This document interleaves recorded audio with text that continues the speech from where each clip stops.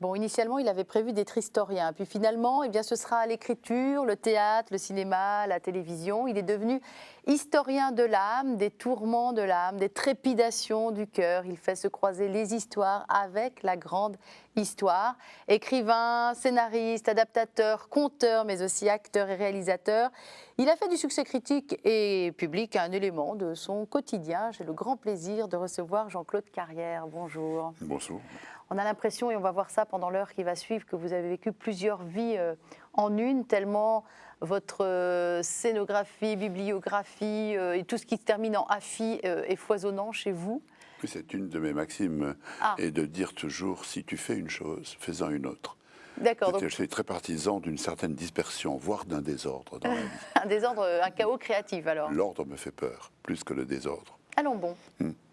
Je n'aime pas les choses ordonnées, je n'ai pas de plan de vie, j'ai toujours accepté tout ce qui venait à moi et qui m'intéressait. Et une chose m'a amené à une autre, etc. Encore aujourd'hui, je suis pour la première fois avec vous, qui sait ce qui m'attend demain. Chaque journée est différente. Ah, les médias catholiques vont vous tomber dessus une fois que vous êtes passé dans VIP. Ce ne sera pas la première fois. Attendez-vous à ça. Et peut-être pour d'autres raisons. Alors, c'est vrai, je disais écrivain, scénariste, adaptateur, conteur, acteur, réalisateur. On ne sait plus comment vous définir. Vous touchez à tout et on a l'impression que tout ce que vous touchez, vous êtes Midas, ça se transforme en or. Définir, il y a finir. Donc il faut éviter de se définir. Vous voyez, oh là là, il va falloir que je fasse attention aux mots que j'utilise. Non, je crois qu'au contraire, essayons de rester ouverts et essayons d'accueillir, qui sait, quelque chose va se passer pendant même cette émission qui va nous surprendre tous les deux. On ne sait jamais. Mais j'en suis certaine, Jean-Claude Carrière. Initialement, c'était l'écriture. Hein. Vous avez écrit un premier livre et après il y a un fil qui s'est tiré comme ça. Chez Jacques Tati, vous rencontrez... Parce que je crois que, je le dis pour ceux qui nous écoutent, les jeunes auteurs, c'est plus facile d'écrire et d'avoir publié un premier roman qu'un premier film. Ah oui. Parce que ça coûte beaucoup moins cher et un Puis c'est éditeur... pas la même logistique. Non, du tout, mais un éditeur est toujours prêt à prendre un risque sur un jeune auteur qui écrit son premier roman s'il y a quelque chose d'intéressant dedans. Pour qu'un jeune auteur fasse son premier film, c'est toute une histoire, parce que ça met en jeu des quantités de problèmes financiers. Alors, si on voulait citer, mais on va être forcément partial et partiel, quelques-uns de vos grands succès, que ce soit comme scénariste, comme acteur, comme réalisateur, comme écrivain, comme tout ce qu'on veut, on peut citer La controverse de Valladolid, qui est quand même... quelque chose d'important dans votre vie. Oui, je ne m'attendais pas à l'écho qu'a eu ce téléfilm qui ensuite est devenu une pièce de théâtre. Voilà, qui se joue un peu partout dans le monde. Aussi. Et c'est un peu inquiétant parce que cela prouve que le problème que j'abordais, qui est le problème de l'autre, qui est cet autre, qui est différent de moi, qui ne parle pas ma langue, qui n'adore pas mes dieux, qui a d'autres coutumes que les miennes, est-ce que je peux l'appeler un homme du même niveau que moi ? Et cette question, si la pièce a tant de succès encore aujourd'hui, c'est que la question n'est pas résolue. On se la pose toujours. Et c'est ça qui est navrant. J'ai peur qu'on se la pose encore pendant longtemps. Et le succès comme révélateur d'un problème de société. Alors. Oui, exactement. À l'origine, c'est une commande de la télévision française, de France 3, pour célébrer le 500e anniversaire de la découverte de l'Amérique. C'est un film qui est passé à la télévision en 92. Tout de suite, j'en ai fait une pièce de théâtre quelques années après parce que des troupes de théâtre commençaient à jouer le scénario du film qui n'était pas fait pour ça. Et depuis, ça n'a pas arrêté. Et c'est ça qui est un peu inquiétant. J'ai vu la pièce jouer beaucoup en Amérique latine, beaucoup au Mexique évidemment, en Espagne également, à Valladolid, dans l'endroit même où la controverse s'est tenue, ce qui était très impressionnant et pour moi très émouvant. Et chaque fois, il y a des garçons et des filles de 14-15 ans, je me souviens de jeunes filles mexicaines, qui venaient me voir et qui me disaient « mais on a vraiment dit ça de nous ». C'est-à-dire, on s'est vraiment demandé si nous avions une âme de même qualité que la vôtre. Et la blessure est toujours là. La blessure est toujours là, absolument. Alors, parce que d'une manière ou d'une autre, nous avons toujours, à l'égard de celui qui n'est pas comme nous, la tentation de nous dire « est-il du même niveau que nous ? Sommes-nous supérieurs ou par hasard serions-nous inférieurs ?» Moi-même, on passe son temps à se comparer, même dans le quotidien, non ? Absolument. Et les hommes et les femmes, et les générations, etc. C'est toujours impossible de voir l'autre pour ce qu'il est, c'est-à-dire un autre. Moi, quand je vois quelqu'un qui est très différent de moi, j'apprécie cet amoncellement de différences, et je cherche toujours, dans ce personnage qui s'avance, ce qui est proche de moi. Il y a D'autres ont toujours peur. quelque chose. Oui, d'autres ont peur. La Voilà. plupart ont peur, bien sûr. Oui. Alors, dans votre filmographie, on va trouver Cyrano de Bergerac. Oui. On va trouver Jean-Paul Rapneau. Il faut Jean-Paul citer le metteur Rapneau, en scène quand même. citons le metteur en scène. On va trouver le tambour. Oui, de Volker Schlendorf. Voilà. Je vais les citer quand même. Ils m'en voudraient. Le retour de Martin Guerre, De Daniel Vigne. qui vous a valu une récompense. Un César, oui, Voilà. c'est vrai. Milou en mai, De Louis Malle. de Louis Malle. Qu'est-ce que vous avez envie de citer, vous peut-être. Vous savez, on aime toujours les films qui ont moins marché que les autres. Là, vous citez des films très connus. Alors ça, c'est votre discours à vous, parce que souvent les gens Ouais. disent autre chose. Disons, il n'a pas fait son office, ce film-là, donc je préfère l'oublier. Non, moi, c'est pas du tout. Vous, c'est ça. C'est un peu comme dans une famille, l'enfant qui est un peu délaissé, plus un peu à faible. l'écart, un peu plus faible. Par exemple, un film de Louis Malle qui avait disparu et qui est heureusement ressorti cette année, qui s'appelle Le Voleur, avec Jean-Paul Belmondo, est un film que j'aime énormément parmi ceux qui m'a été donné d'écrire. Max von Amour de Nagisa Oshima aussi. Non, j'ai pas vu Birth de Jonathan Glazer, qui est un des derniers que j'avais écrit. Ce sont souvent des films un peu, pas oubliés, mais qui n'ont pas eu l'impact qu'a eu le Tambour, qui a eu l'Oscar, Bien la sûr. Palme d'Or, etc. Il y a eu un succès un peu en demi-teinte et ça vous chagrine parce C'est pas, qu'il méritait pas ça. je ne vais pas citer La Piscine, je ne vais pas citer Belle de jour, vous voyez, des Ah choses non. que l'on voit partout et tout le temps. Dans les films de Buñuel, La Voie lactée, par exemple, puisque nous sommes à KTO, Puis on reviendra sur Buñuel aussi. est un film qui m'a été fascinant d'écrire, très difficile. Parce que Est-ce je qu'on peut rappeler travaille le propos énormément, peut-être et- de La Voie lactée pour nos téléspectateurs? La Ça Voie a lactée, permis à monsieur d'être publié dans la revue Études quand même. Donc, on va vous raconter ça. Alors, La Voie lactée. C'est le seul film qui a été fait sur la notion d'hérésie dans la religion chrétienne et sur l'histoire des hérésies. Un couple de pèlerins, aujourd'hui, dans le monde d'aujourd'hui, part de Paris pour aller à Saint-Jacques-de-Compostelle et rencontre en cours de route, méprisant l'espace et le temps, c'est-à-dire on peut être au Moyen-Âge, dans l'Antiquité, la plupart des grandes hérésies des religions chrétiennes. Et c'était absolument fascinant d'abord de se documenter, de l'écrire, de trouver une trame et de faire reposer le film sur 6 piliers invisibles qui sont les 6 grands mystères de notre religion que je ne vous apprendrai pas. Alors, sachant qu'il faut expliquer que chaque hérésie est reliée chacune à un mystère. Est-ce qu'on peut donner un exemple? Oui, chaque religion repose, en tout cas la religion chrétienne, sur des mystères.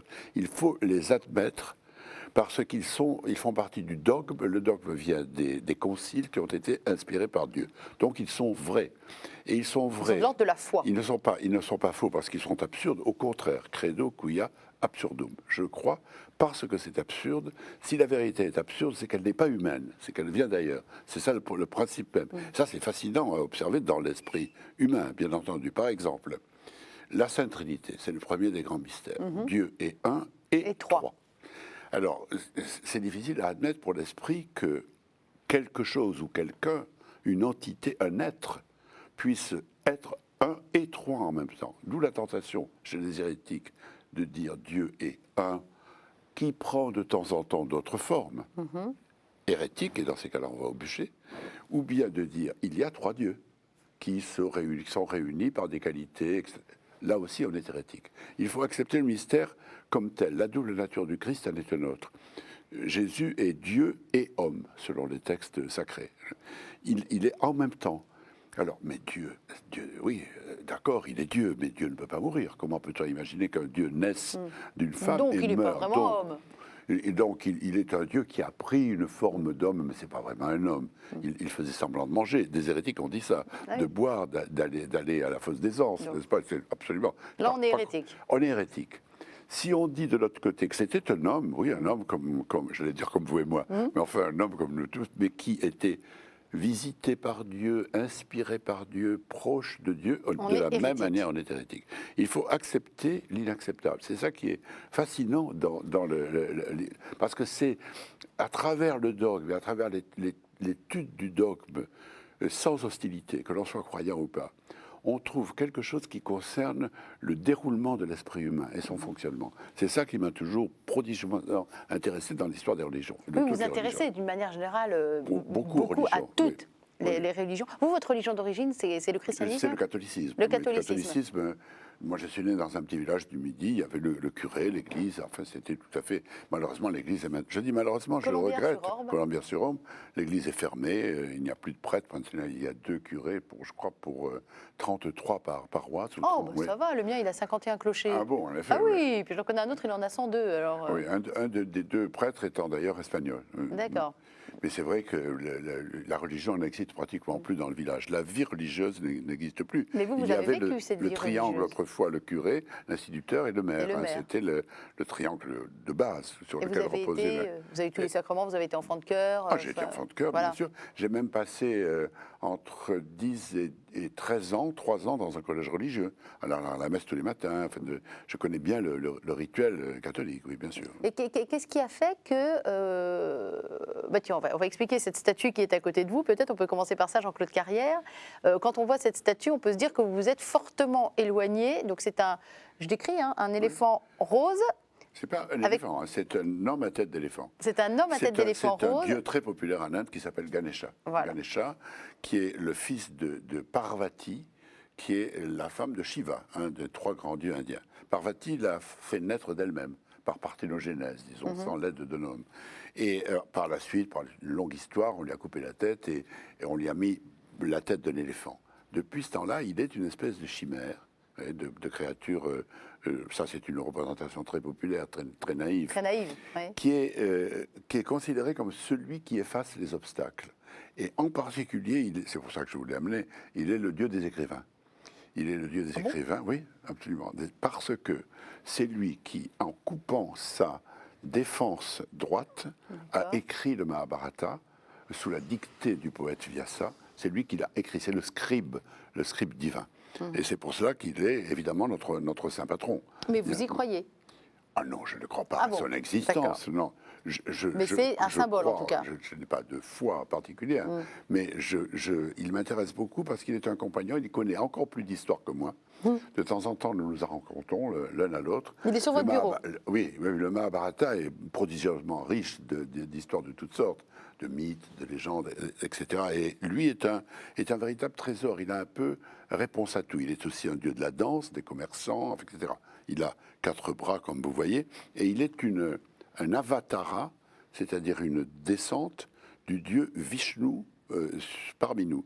C'est pour ça qu'il porte les ornements de Vishnu. Vishnu, c'est le dieu qui maintient les choses en ordre. Vous savez, il y a 2 forces, toujours, création, destruction, et les Indiens les ont personnifiés par 2 dieux. Vishnu, qui est le centre droit, si vous voulez, celui qui maintient les choses en ordre, et Shiva, le dieu danseur, qui, avec le sourire, détruit tout, parce que tout doit être détruit.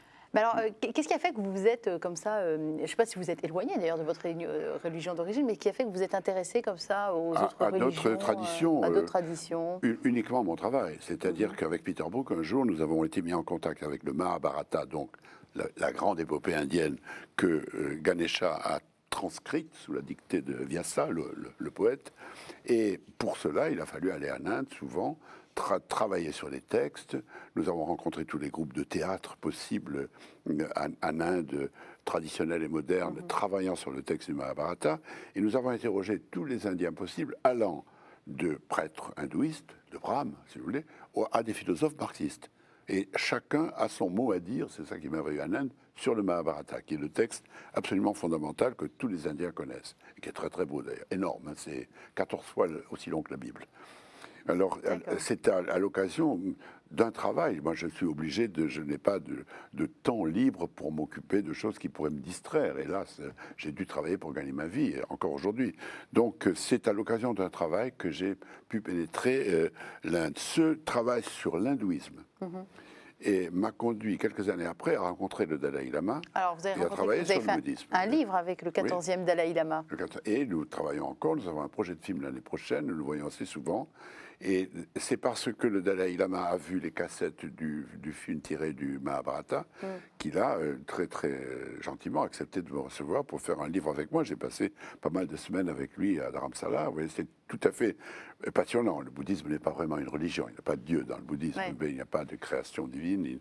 Mais c'est quand même une tradition de vie que nous appelons spirituelle. Hein. Ça ne veut pas dire pleine d'esprit. Ça veut dire consacrée à autre chose qu'à la matière. Et c'est très passionnant de vivre et de travailler à ses côtés. Alors, vous avez fait, dans la fameuse collection des dictionnaires amoureux édité chez Plon, on vous a commandé, vous avez fait le dictionnaire amoureux de l'Inde. On sent bien que vous étiez très pertinent sur le sujet. Là aussi, c'est ce que j'adore dans ces dictionnaires, c'est complètement subjectif.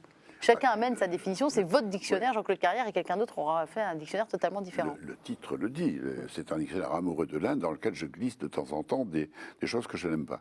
Vous voyez, parce qu'on peut aussi se permettre ça. Mais bien entendu, on fait un choix.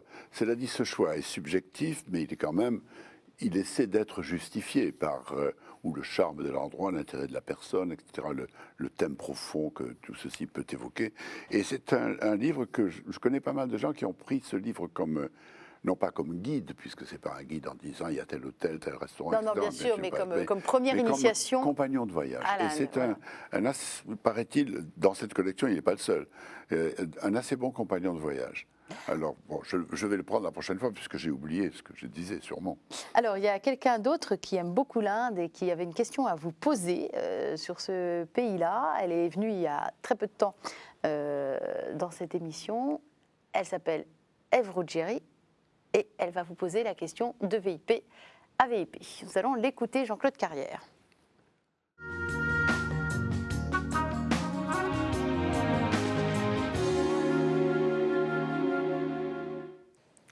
Cher Jean-Claude, à l'heure où l'Inde s'ouvre de plus en plus, faut-il dire hélas, je ne sais pas, au tourisme de masse, quelle est votre Inde à vous?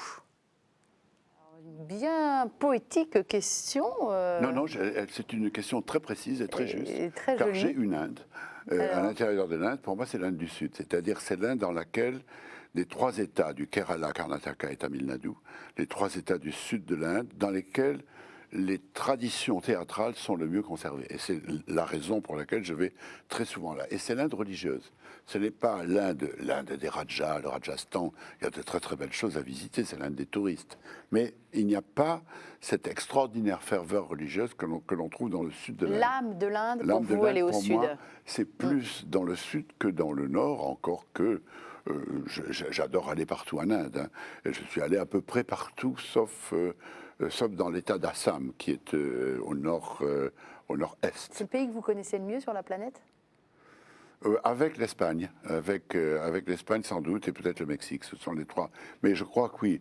Maintenant, on ne peut pas dire qu'on connaît l'Inde. Vous savez, il y a des gens qui vont passer 8 jours à Cancun et qui disent « je connais le Mexique ». J'ai vu le Mexique, bien sûr. Le Mexique que je connais. Voilà, Cancun, Moi, je suis allé imaginez. plus de 30 fois en Inde et je ne connais pas l'Inde. Parce que c'est un pays tellement surprenant. Dès que vous arrivez en Inde, j'y vais là dans un mois, dans 3 semaines. Dès que vous arrivez en Inde, dans la première demi-heure, vous pouvez être sûr de voir quelque chose que vous n'avez jamais vu, ni en Inde, ni ailleurs. Hein. C'est un pays très surprenant, le moins ennuyeux du monde. Et en même temps, on peut avoir des sentiments de refus total, de dire « mais c'est affreux, c'est horrible, mais c'est merveilleux ». En même temps, dans le même mouvement à la fois d'admiration et de rejet. C'est très, très surprenant. Dans votre trentaine de voyages, vos trentaines de voyages que vous avez fait en Inde, est-ce que vous avez été amené à rencontrer Mère Teresa Oui, bien sûr. Oui. Avec Peter Brook, nous avons passé 3 jours à Calcutta. Non seulement je l'ai rencontré, mais je suis allé faire avec Peter toute une journée avec 2 religieuses de son groupe dans les rues de Calcutta pour l'aider à ramasser des corps, etc.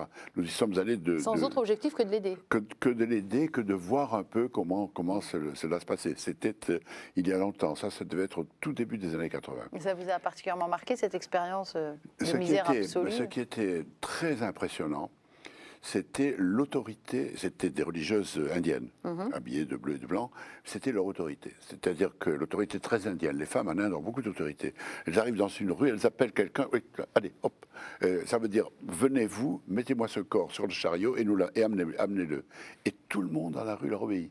C'était tout à fait fascinant. Alors, pour vous parler aussi de Mère Teresa, ce qui m'a beaucoup amusé, elle qui était très chrétienne, enfin on peut dire, et qui avait pour ambition de convertir le plus d'Indiens possible, c'est que maintenant sa statue se trouve en Inde, dans tous les bazars, au milieu de toutes les divinités indiennes. De temps en temps, quand je passe, je la salue, comme ça m'amuse assez. Vous avez dit plusieurs fois un mot que j'ai dit moi-même en introduction, qui est âme. En disant que vous êtes devenu historien de l'âme, vous avez passé une... C'est vous qui l'avez dit, c'est pas moi. Je l'ai dit, mais le mot âme, vous l'avez dit plusieurs fois déjà là. Oui, vous revendiquez ça d'être devenu, quand on écrit pour le théâtre, le cinéma, la télévision, enfin c'est bien ça le métier d'écrivain, c'est bien d'aller farfouiller les âmes aussi, de connaître la nature humaine. Vous revendiquez historien de l'âme. Ce qui est merveilleux quand on est écrivain, ou comme vous, enfin quand nous bavarons, c'est d'employer des mots dont nous ne connaissons pas le sens.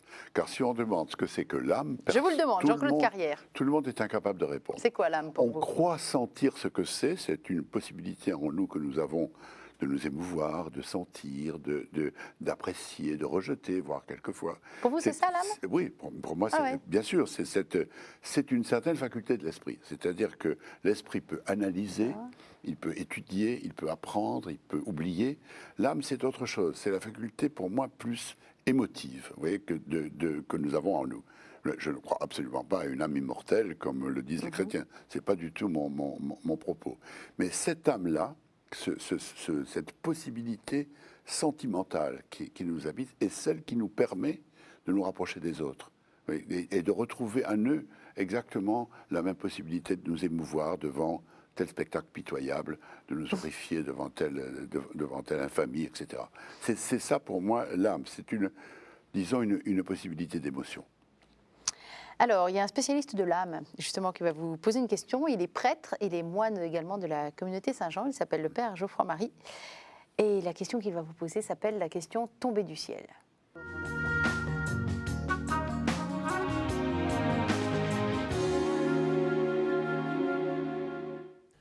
Bonjour Jean-Claude. Vous aimez réfléchir sur l'homme, sur le sens de sa vie. Et dans cet esprit, vous avez un regard assez critique sur les religions ou la spiritualité. Et imaginez-vous quelques instants que vous êtes face au Christ, face à cet homme qui a osé affirmer « Je suis la vérité ».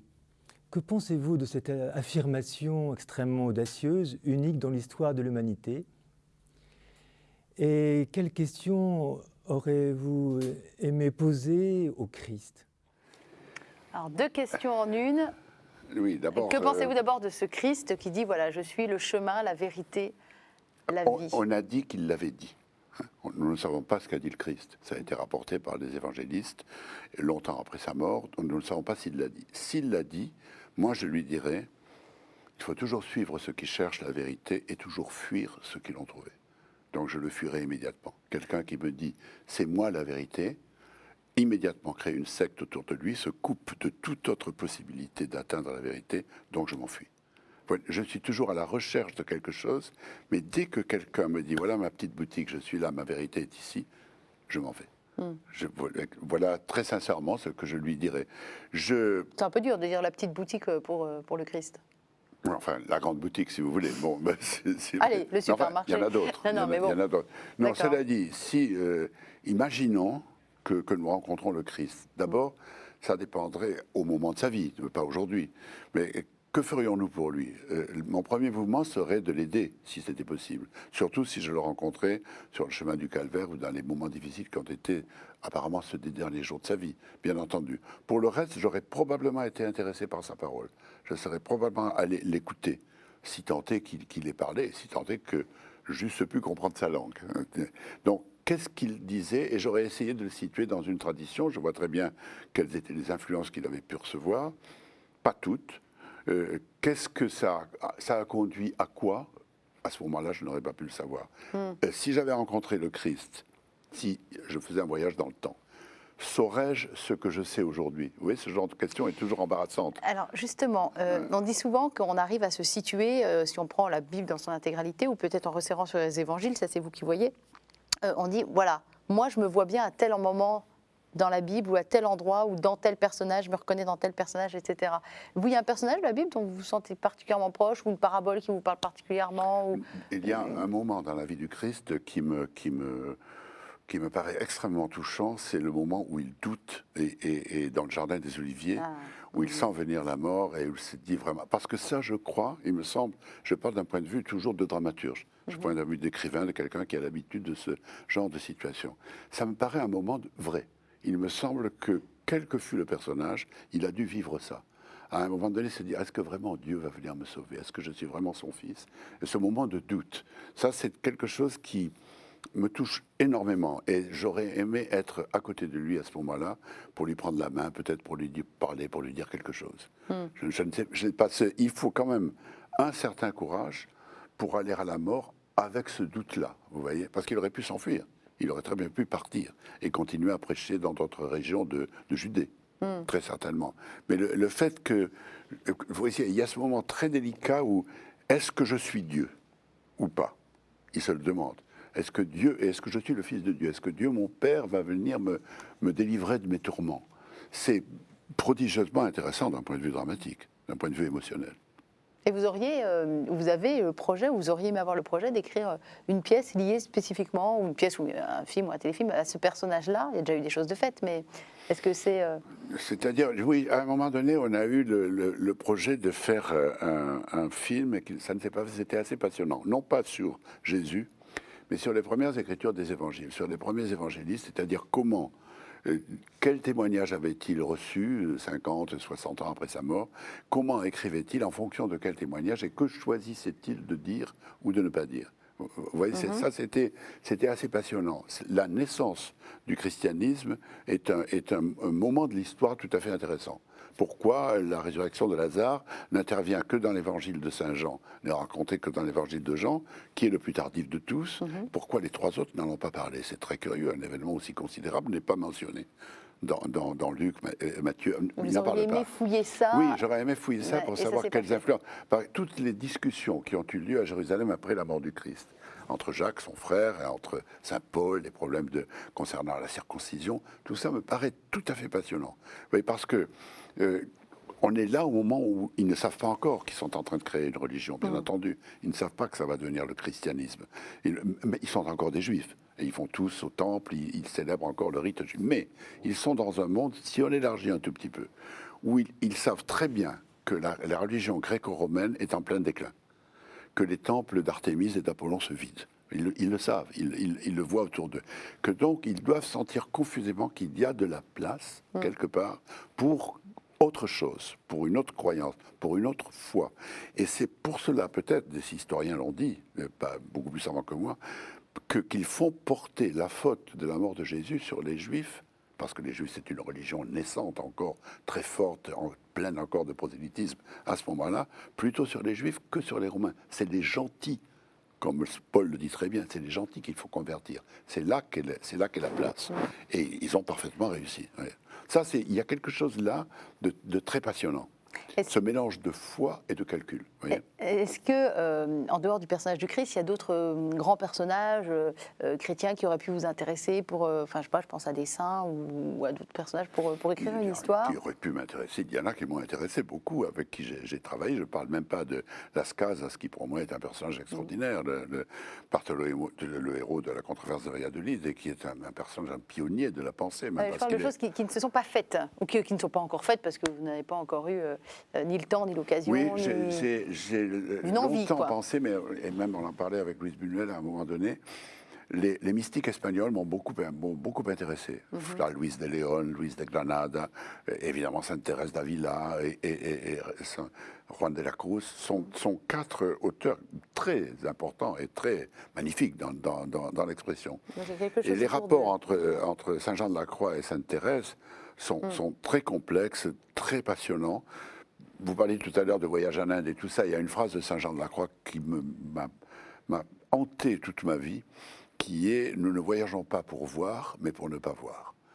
Cette idée de voyager pour ne pas voir, c'est-à-dire pour ne pas se perdre, pour se retrouver soi partout où que l'on soit, où que l'on se trouve dans le monde, c'est une idée très très belle. Et c'est une idée qu'on retrouve dans la conférence des oiseaux. Oui, c'est vrai. Hein? Oui, alors là, vous m'offrez un pont d'or pour faire le lien sur ce magnifique livre. Vous ne l'avez pas fait exprès, j'ai l'impression. Non, du tout. J'avais oublié l'envol. Alors, l'envol, c'est un très très beau livre sous-titré La conférence des oiseaux chez Democratic Books. Vous l'avez fait avec Reza, qu'on a eu la joie de recevoir. Reza, le grand photographe international qu'on a eu la joie de recevoir il y a quelques années ici. Ce livre avec une photo sublime. Magnifique. Et un certain poids. Oui. L'envol, expliquez-nous un peu le projet que vous aviez eu avec Reza. Lui, il fait des photos, vous êtes un écrivain, vous vous êtes dit quoi? Il y a quelque chose à faire ensemble? Reza et son éditeur sont venus me trouver et me dire: est-ce que ça t'intéresserait d'écrire un texte qui pourrait aller avec des photos de Reza? Alors oui, pourquoi pas, je le connaissais, connais son travail que j'admire beaucoup. Et il y avait un certain gros paquet de photographies. Je les ai regardées et dans chacune de ces photographies, il me semblait qu'il y avait une énergie et même une notion de déplacement, de voyage, de mouvement en tout cas. Reza est un très grand photographe du mouvement. Alors j'ai pensé assez tôt à une adaptation d'un texte que je connais bien, un grand texte soufi de Faliloudin Attar, La conférence des oiseaux, dont j'ai autrefois tiré une pièce que Peter Brook avait mise en scène. Et je me suis dit, peut-être on pourrait ranger ces photos dans un certain ordre que j'ai proposé et y adapter une adaptation de ce texte du voyage des oiseaux. Une réécriture que vous avez faite qui est un voyage de la conférence des initiatique, oiseaux. oui, Voilà. qui est un voyage initiatique Où, au très... départ, des milliers d'oiseaux partent en voyage, très peu pour arriveront aller au chercher bout. leur vrai roi, leur roi légitime qui s'appelle le Simorgh. Alors, nous les avons mis ensemble dans un certain ordre et j'ai réécrit, mais de façon très brève, Ah oui. la conférence des oiseaux pour accompagner en quelque sorte le voyage des photographies de Reza. Alors, j'en ai sélectionné 3. J'ai fait ça à la couleur de mon esprit, hein, Jean-Claude Carrière. Et la première que j'ai sélectionnée, je la trouve très parlante. On voit un oiseau qui ressemble plus ou moins à un pigeon dans une cage dorée. Il domine une ville. Oui, c'est un pigeon et la ville est Kaboul. Et la en ville est Kaboul. Afghanistan, oui, oui. D'accord. Alors, j'ai choisi cette photo parce que dans la conférence des oiseaux, au moment où les oiseaux s'envolent, il y a une perruche dans une cage, là c'est un pigeon, on lui ouvre la cage et on la fait sortir. Pour la première fois de sa vie, elle sent la liberté. Et elle voit arriver un paon énorme qui lui fait très peur. Bien Elle sûr. rentre vite dans sa cage et elle dit, mais je mange du sucre dès le matin, je suis très bien dans ma cage, on me nourrit de sucre, j'aime ma cage. Et cette phrase, j'aime ma cage, est tellement profonde, révélatrice d'un sentiment humain profond que je l'ai mise en dessous, je pense. Mais j'aime ma cage, une cage dorée où on me nourrit de sucre tous les matins. Et quelle vue! Et quelle vue! Et quelle vue! Oui. C'est vrai que c'est très humain comme réaction. C'est pour ça que je l'ai prise cette photo. Je me suis dit, mais on peut tous se reconnaître à un moment ou dans donné. chacun des oiseaux d'Attar, on peut se reconnaître. Alors après, l'autre photo que j'ai sélectionnée, c'est... Alors moi, ce que j'aime beaucoup, vous dites que vous aimez beaucoup les photos en mouvement de Reza, moi j'aime beaucoup ses portraits aussi. Et c'est le portrait d'un vieux monsieur, d'un vieil Afghan peut-être, en demi-teinte comme ça, où on voit à peine son visage émerger, un bout de la moustache, un bout de la barbe. Et vous dites dans le texte, un soir au cours d'une halte, les oiseaux, rencontrèrent un vieil homme qui leur fit une confidence. On ne vous a pas tout dit. Avant d'arriver devant votre roi, vous devrez franchir cette vallée. Oh, cette vallée, tu en es sûr? Ah bah oui, j'en suis sûre. S'il y a un chemin, c'est celui-ci. Et s'il n'y en a pas, c'est encore celui-ci. Beaucoup renoncèrent car les 7 vallées les effrayèrent. Oui, c'est au début de la fameuse traversée des 7 vallées, qui est la dernière partie du voyage. Très symbolique, c'est un chiffre très biblique déjà, mais pas uniquement. Les oiseaux croient qu'ils sont arrivés. Ils ont traversé un long désert, ils sont déjà très fatigués, épuisés, et il faut encore qu'ils franchissent 7 déserts. Et cet homme le leur dit avec le sourire. Il y a plusieurs choses que j'aime dans cette photo. D'abord, le fait que jamais dans la vie, on ne voit un visage comme ça. C'est le propre de la photo. Jamais on ne le voit avec une partie totalement éclairée et le reste dans l'ombre. Ça, c'est le grand art du photographe, de faire comme le ferait un grand peintre. Voilà.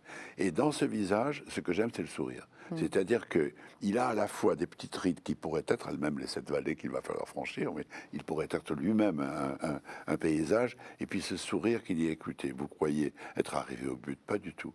Il y a encore le plus dur reste à faire. Allez-y. Le vieux sage qui respire la sérénité. Qui dit on n'est jamais arrivé. Vous savez ce que disait Samuel Beckett.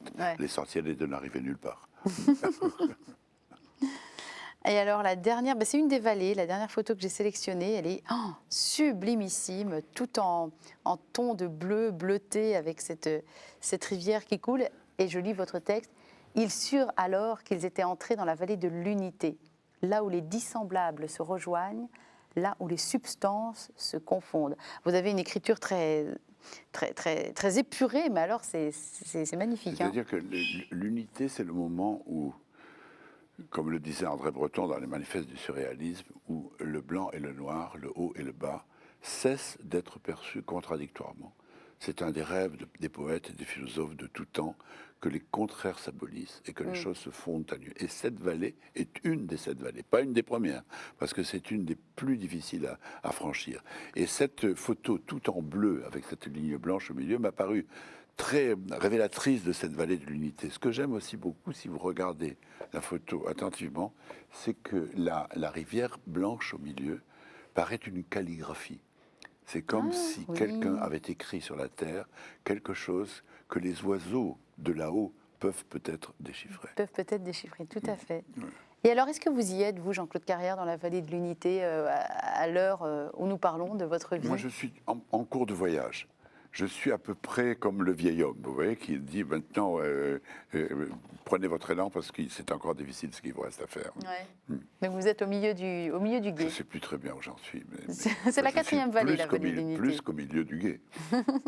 Non, mais dans votre chemin. Mais toujours vivant, donc que souhaiter de mieux? Ouais, la 5e vallée, c'est celle de la stupeur. Ah oui, ça c'est le moment où le plafond et le plancher disparaissent, toutes les limites, où on est stupéfait par ce qu'on voit. J'aime énormément cette vallée de la stupeur. C'est ma favorite parce que ça arrive quelquefois, très très rarement dans la vie d'un auteur, mais ça peut arriver qu'il soit stupéfait parce que même ces personnages lui imposent de dire ou de faire. Si un personnage que nous avons créé doit être entièrement vivant, il faut qu'il ait un inconscient. Cet inconscient, l'auteur ne doit pas le connaître. Donc le personnage, la seule façon de donner vie totalement vie à un personnage, c'est celle-là, que par moment, il dit, ça m'est arrivé, je me rappelle, au cours de l'écriture d'une pièce, qu'un de mes personnages, une femme, je me dis, mais c'est pas possible qu'elle ait dit ça, le mec, enfin, elle est folle ou quoi? Mais elle avait raison. Les personnages, alors ça c'est toujours très mystérieux pour nous qui vous écoutons de penser que vous êtes dirigé par vos personnages à un moment qui prennent le pouvoir. C'est le rêve, ça arrive, ça dure 15 secondes et ça arrive 2 fois par an.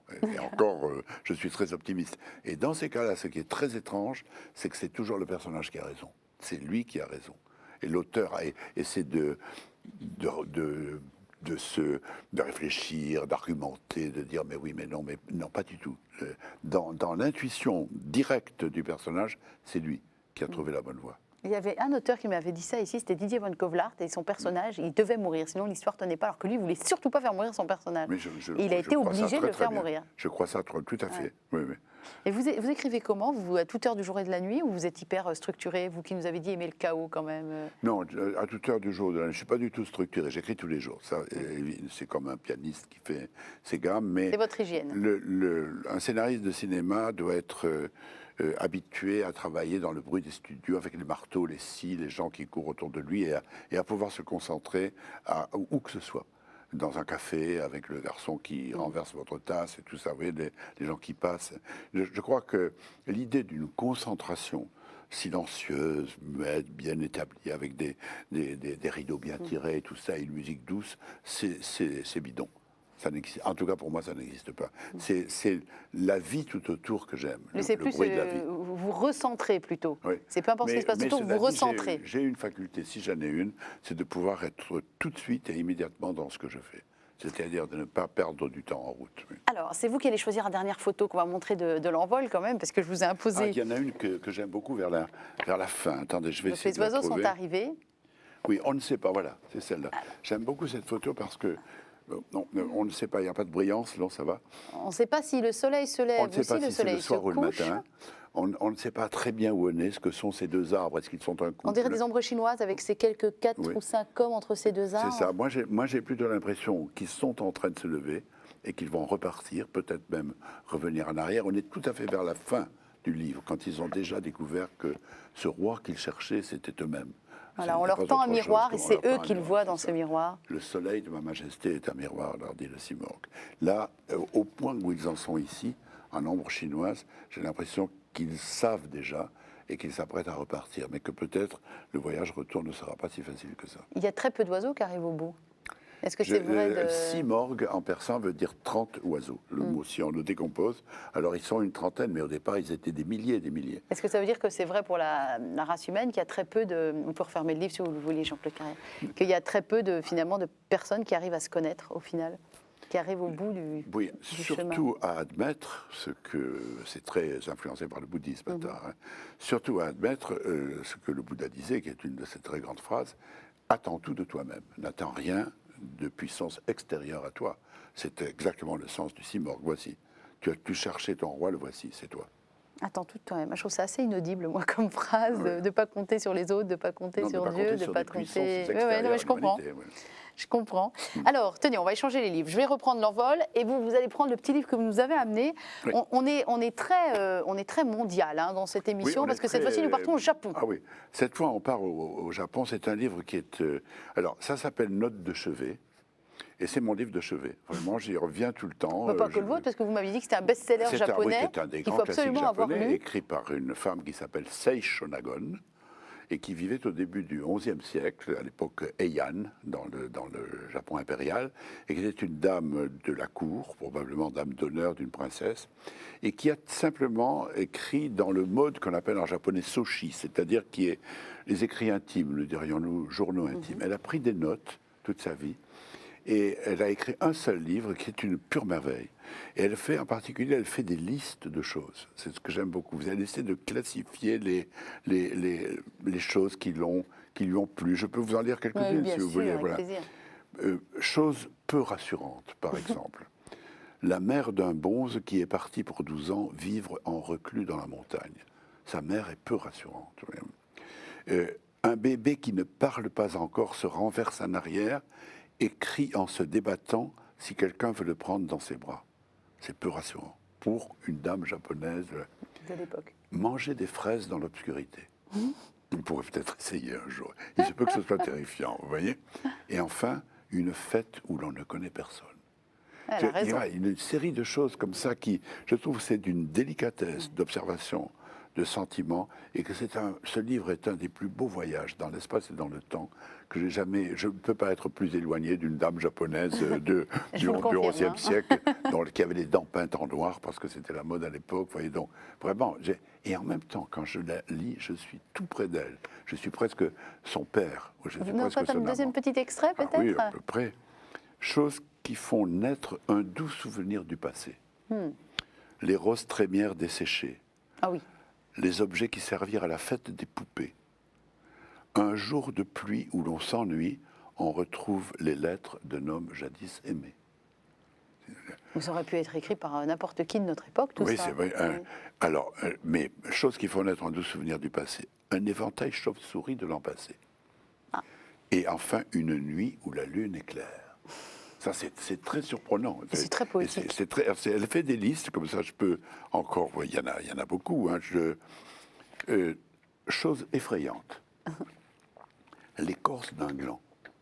L'écorce d'un gland? D'un gland. En quoi oui. l'écorce d'un gland peut effrayer une dame de la cour japonaise? Alors, un endroit où l'incendie a tout brûlé, ça, on peut le comprendre. Un lotus épineux, ce qui est très très rare. Très rare. La châtaigne d'eau, c'est très effrayant. Et surtout ça que j'aime beaucoup, un homme qui a beaucoup de cheveux et qui les fait sécher après s'être lavé la tête. Oui, c'est tout à fait inattendu, c'est comme une étrange inventaire. Alors, continuez cet inventaire. Qu'est-ce qui vous effraie, vous, Jean-Claude Carrière? Qu'est-ce qui m'effraie avant tout le fanatisme dans tous les domaines. C'est-à-dire, j'ai très très peur que nous allions vers cela, vous voyez, c'est-à-dire vers le fondamentalisme, l'intégrisme politique, esthétique, enfin, tout ce que vous voulez, religieux. C'est ça qui me fait le plus peur. Qu'est-ce qui fait remonter un doux souvenir du passé? La cueillette des cerises. Ah, on n'est plus... Donnez-moi voir votre livre, là. Ouais. On n'est plus avec les fraises, on est avec les cerises. Oui, parce que, en effet, je vous réponds automatiquement, oui. Vous savez ce qu'on va faire? On va passer à la dernière partie de l'émission. C'était pas prévu. On va passer au questionnaire inattendu. Et au lieu de vous poser les questions que j'avais Oui. prévues, je vais m'inspirer du livre. Et c'est vous qui allez continuer la liste. Vous êtes d'accord, Jean-Claude Carrière? Tout à fait. C'est Allez-y. parti. C'est le questionnaire inattendu.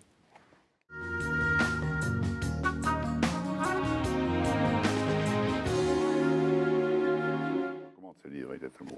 Alors j'aurais dit, hein, le questionnaire inattendu est directement inspiré des notes de chevet de, redites voir son nom, Sei Shonagon. Sei Shonagon, et ça C'est une des deux chez dames, Gallimard. les deux ouvrages les plus classiques de la littérature japonaise ont été écrits par des dames. Quelle chose vous semble pure? Je vous dirai ce qu'elle a dit, elle, après. Hein. Quelque chose me semble pur, un filet d'eau sur une roche. C'est quoi un filet d'eau? Un filet d'eau. Ah, un filet d'eau. Un filet d'eau. Non, Sur une roche. oui. Et je la vois en lui parlant. Elle dit une cruche de métal neuve. Un vase de terre cuite non vernissé. Quelles sont les choses qui emplissent votre âme de tristesse? J'ouvre un tiroir par hasard et j'y vois une photo de parents à moi qui sont morts et auxquels je n'ai pas pensé depuis longtemps. C'est quelque chose qui vous est déjà arrivé. Oui. Ouais. Quelles sont les choses qui vous distraient dans les moments d'ennui? Les mouvements de mon chat. Alors elle dit un bambin de 3 ou 4 ans qui parle gentiment, ou encore un tout petit enfant qui babille et sourit. Pourquoi pas. Qu'est-ce qu'on a dit? Ça, on l'a déjà dit. Quelles sont les choses qui vous font battre le cœur? Je prends au hasard. Hein. Le C'est rire très d'abord. Et les très beaux films comiques américains des années 1920-30. D'accord, un Ça me exemple. fait battre le cœur. Buster Keaton, La Ah oui. Croisière, etc. Chaplin, ça pour moi c'est une exaltant. C'est vos Madeleines de Proust, quoi. Oui, oui, oui, absolument. Chose détestable. L'arrogance et surtout peut-être plus que le contentement de soi, l'indulgence à l'égard de soi-même, qui est On a- très répandue aujourd'hui. Vous Oui. n'en avez pas beaucoup vis-à-vis de vous-même, de l'indulgence? Si, trop, sûrement. Je suis sûr, sûrement, je me pardonne beaucoup de choses, beaucoup plus que je ne devrais. Et j'ai beaucoup de défauts, je vous les cache. Alors justement, quelles sont les choses rares? Je vous en lirai 2-3, c'est très très drôle ce qu'elle a mis. Les choses rares hein, Ouais. sont, comment dire, une journée où je n'ai pas pris une colère. Ça, c'est très rare.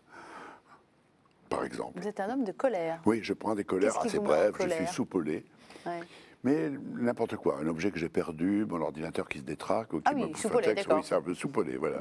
C'est très rare que je passe une journée sans m'emporter, comme on dit. Ah, c'est drôle, ça rejoint une question que j'ai l'habitude de poser dans ce questionnaire, qui est de quoi sont composés vos jours de joie secrète? Donc ce sera un jour sans colère, vous. Oui, mais ils sont tellement rares. Oui, oui. Alors elle, dans les choses rares, elle a mis un gendre loué par son beau-père, une bru aimée par sa belle-mère, et Vous voyez, direct... ce sont des situations, attendez. j'allais dire internationales. Une autre situation internationale, mais ça, il n'y a que les femmes qui peuvent comprendre, une pince à épiler d'argent qui arrache bien. Vous voyez, on en parlait Oui. voilà, il y a peu de temps dans la loge. Déjà, Un ouais. serviteur qui ne médit pas de son maître. Alors moi, je vais quand même vous poser une question à moi. Quel est le paysage qui ressemble le plus allez, tiens, à votre âme, ce mot qu'on a tenté de définir tout à l'heure? Je crois que nous avons un lien très direct avec la terre où nous sommes nés. Et j'ai toujours un peu de compassion pour les exilés. Ceux qui ont été... Ils n'ont pas de racines, quoi, le qui étaient 20e adoptés siècle comme a des été, fétus de paille. Quoi. oui, le 20e siècle a été le grand siècle de l'exil, volontaire ou involontaire. Des dizaines de millions de gens ont été coupés de chez eux. Et évidemment, le paysage de mon village, celui sur lequel mes yeux se sont ouverts la première fois, et que je revois régulièrement parce que j'ai pu garder la maison où je suis né et où je reviens 2 ou 3 mois par an, c'est celui-là, simplement, que Et je c'est quoi citerai. l'odeur de votre enfance, Jean-Claude Carrière? L'odeur de mon enfance est l'odeur d'une conque en métal avec de l'eau chaude qu'on mettait dedans. Nous n'avions pas de courante à la campagne à l'époque, et du savon avec lequel ma mère me frottait. Ça, je la sens encore, cette odeur-là.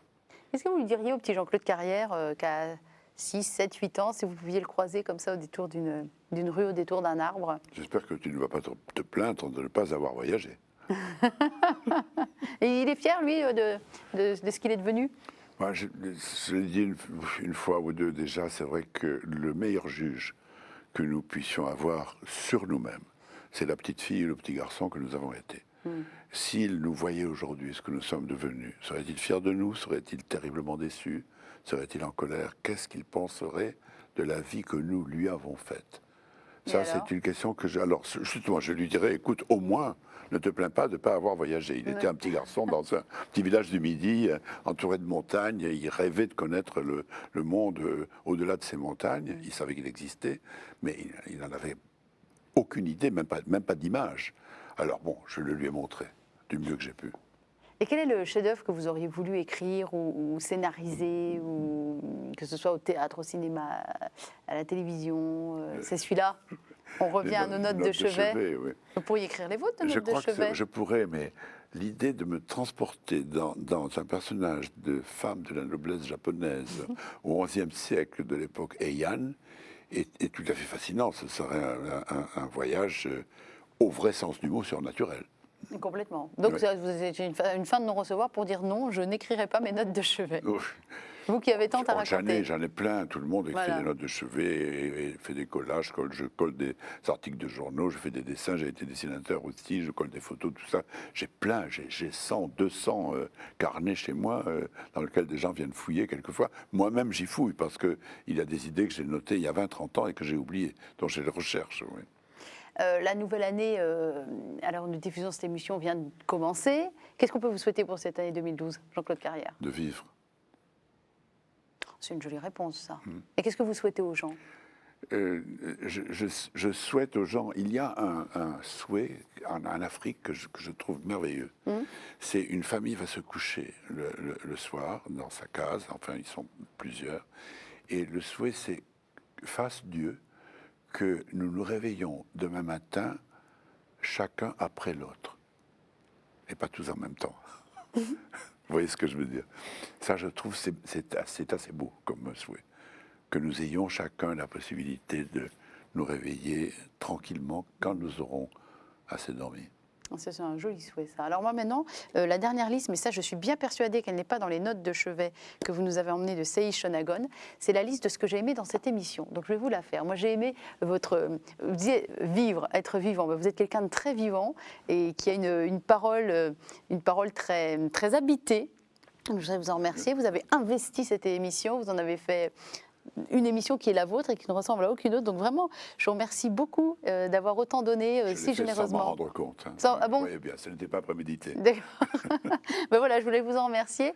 Merci de m'avoir reçu en tout cas. Hein, Voilà. Et puis merci aussi dans la liste des choses, je voulais vous remercier de tout. On n'a pas pu citer tous les films que vous avez faits, tous les livres, tout ça, mais non, mais c'est juste incroyable. Internet est là pour ça. Merci d'avoir contribué, en tout cas, à étoffer la vie culturelle française de manière si impressionnante et avec tant de qualité. Voilà. Et que ça continue. Je voulais vous le dire.